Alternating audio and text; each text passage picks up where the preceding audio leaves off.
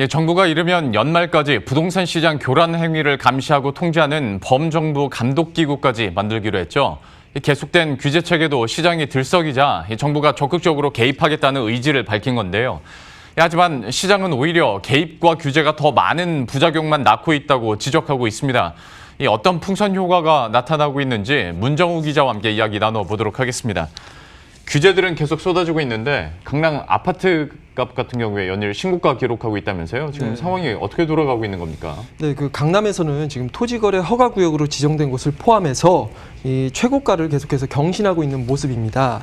우선 서울 재건축 대장주로 꼽히는 대치 은마부터 살펴보면 이 전용 면적 76제곱미터가 지난달에 20억 5천만 원에 거래됐는데 이 직전 거래가보다 2억 원이 오른 수준입니다. 그리고 잠실동 잠실주공 5단지 76제곱미터 같은 경우에는 지난달 17일에 21억 3,300만 원에 팔렸고 이 도곡렉스 124제곱미터 같은 경우에는 지난달에 이제 35억 9천만 원에 거래되면서 최고가를 기록하기도 했습니다. 강남 아파트 같은 경우에 여전히 가격 상승세가 이어지고 있고 어제 문정우 기자가 리포트를 통해서 보도하기도 했습니다만 빌라도 지금 가격이 좀 꿈틀꿈틀한다면서요? 네, 맞습니다. 아파트보다 좀 상대적으로 매매나 전세 가격이 부담이 덜하기 때문에 이 서민들이 주로 사는 주택의 유형이라 꼽을 수 있겠는데 이 빌라 같은 경우 이제 다세대 연립주택을 말하죠. 해가지고 이 빌라가 지난달에만 7,008건이 거래됐습니다. 이 거래량만 따지면 12년 만에 가장 많은 거래량이라 할 수 있겠는데요. 예. 이 거래가 증가하다 보니까 덩달아 부르는 것이 값이 되면서 빌라의 집값도 오르기 시작했습니다. 이 송파구의 한 빌라 같은 경우에는 3주세 4천만 원 가까이 오르기 시작했고요. 자, 은평구에서는 지하방이 1억 3천만 원에 거래되기도 했습니다. 그러면 빌라에도 어떤 이런 투기 수요가 점점 들어가고 있다. 이렇게 해석해도 되는 겁니까? 네, 그렇다고 볼 수 있을 것 같은데요. 예. 이 정부가 아파트를 중심으로 좀 규제책을 펼치다 보니까 상대적으로 빌라 같은 경우에는 규제가 좀 완화됐다. 이렇게 볼 수도 있을 것 같습니다. 하다 보니까 이제 투자 수요나 실수요들이 빌라로 좀 옮겨가고 있다. 이렇게 해석해 볼 수 있겠습니다. 여기서 전문가의 설명 듣고 오겠습니다. 지난 6.17 대책에서 투기 및 투기 과열지구에서 시가 3억 원 초과 아파트를 구입하게 되면 전세 대출을 제한하는 조치가 나왔습니다.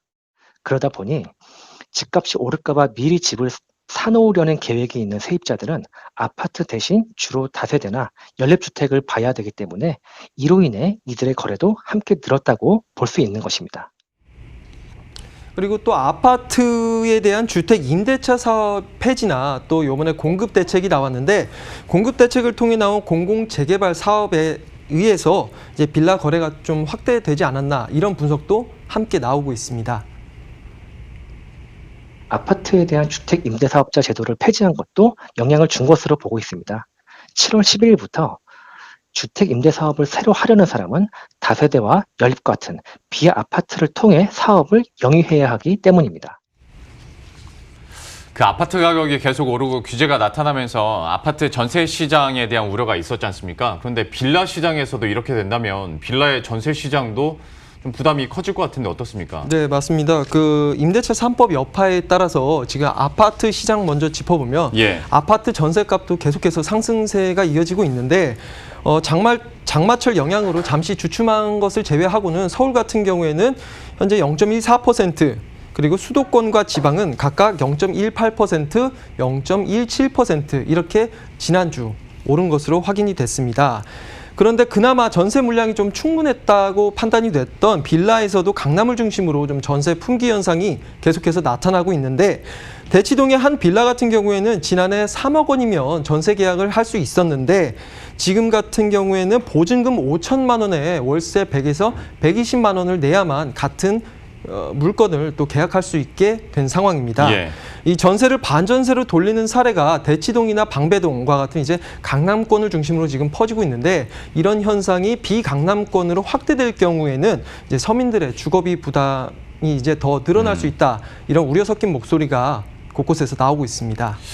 지금까지 나온 부동산 대책들의 흐름들을 보면 정부에서 대책을 마련하고 발표된 이후에 부작용이 나타나면 그 부작용에 대한 또 추가 규제책이 나왔었지 않습니까? 그렇죠. 네. 그러면 빌라 이런 전세 시장까지도 영향을 미친다면 이와 관련해서도 어떤 추가 대책이 나올 가능성이 있겠습니까? 물론 추가 대책 가능성이 있다고 판단이 됩니다. 해서 안 그래도 오늘 오전에 이제 관련 내용이 나왔는데 제3차 부동산 시장 점검 관계 장관 회의가 열렸습니다. 이 자리에서 이제 전월세 전환율을 현행 4%에서 2.5%까지 하향 조정한다는 정부의 구상안이 밝혀졌습니다.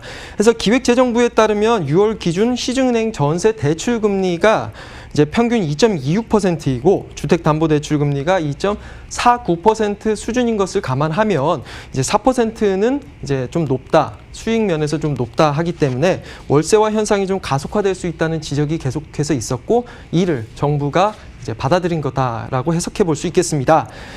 그러면서 홍남기 부총리는 분쟁조정위원회를 기존 6개에서 이제 18개로 확대를 하고 또 임차인이 퇴거한 이후에도 일정 기간 동안 주택 전입 신고와 확정 일자를 확인할 수 있는 이 정보 열람권도 확대하겠다는 계획도 함께 밝혔습니다.